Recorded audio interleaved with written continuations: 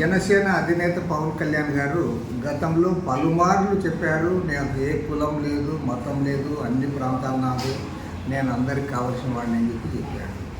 మరి ఇప్పుడు రాష్ట్రంలో అధికారంలోకి వచ్చి ఉప ముఖ్యమంత్రి అయిన తర్వాత ఇవాళ స్పష్టంగా చెప్తా ఉన్నాడు, నేను సనాతన హిందువాదిని, దానికోసమే పుట్టాను, దానికోసమే చేస్తాను, దీనికోసం నా రాజకీయంగా నేను నష్టపోయినా పర్వాలేదని చెప్పి రెచ్చగొట్టే పద్ధతుల్లో మాట్లాడే దశకు దిగజారాడు.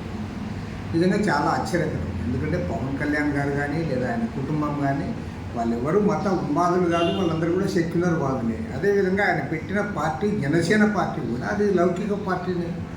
ఆ పార్టీలో ఉండే వాళ్ళందరూ కూడా చాలామంది లౌకికవాదులే, అందులో ఎవరు మతం. ఏదో బీజేపీనో లేదా మజ్లిస్ పార్టీనో అయితే మిమ్మల్ని ఎవరు తప్పుపడ్డారు. బీజేపీ మజ్లిస్ పార్టీలు అవి ఖచ్చితంగా మతోన్మాదాన్ని రెచ్చగొట్టే పార్టీలు కాబట్టి ఆ పార్టీని ప్రజలు అర్థం చేసుకుంటారు.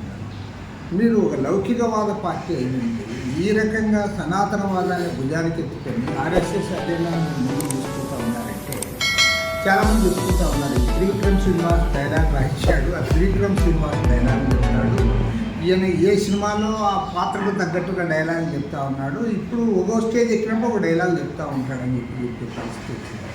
కాబట్టి ఉంటే పవన్ కళ్యాణ్ గారు ఆలోచించుకోవాలి. ఆయన సపోర్ట్ చేస్తున్న పార్టీ వారు, ఆయనకున్న ఎవరైతే ఫ్యాన్స్ ఉన్నారో ఫ్యాన్స్ కూడా అన్ని మతాల వారు, అన్ని కులాల వాళ్ళు ఉన్నారు. ఇవాళ సనాతనవాదం అంటే అనగారిన కులాలను, అంటరాని కులాలను, వెనుకబడిన కులాలను కించపరిచేది సనాతనవాదం, మహిళలను కించపరిచేది సనాతనవాదం. దాన్ని భుజానికి ఎత్తుకొని నువ్వు ఆర్ఎస్ఎస్ అజెండా మోస్తాను, త్రివిక్రమ్ శ్రీనివాస్ డైలాగులు చదువుతానంటే ప్రజలు హర్షించారు. కాబట్టి ఏమంటే ఆయన అభిమానులు, జనసేన పార్టీ నాయకులు పవన్ కళ్యాణ్ తీసుకున్న వైఖరిని సరిదిద్దారు. నువ్వు ఎన్నికల ముందు నువ్వేనాడు చెప్పలేదు ఈ రకంగా. ఎన్నికల ముందు నాకు అందరూ కావాల్సిన వాళ్ళే, నాకు కులమే లేదని చెప్పిన వాడివి, నాకు మతమే లేదని చెప్పిన వాడివి.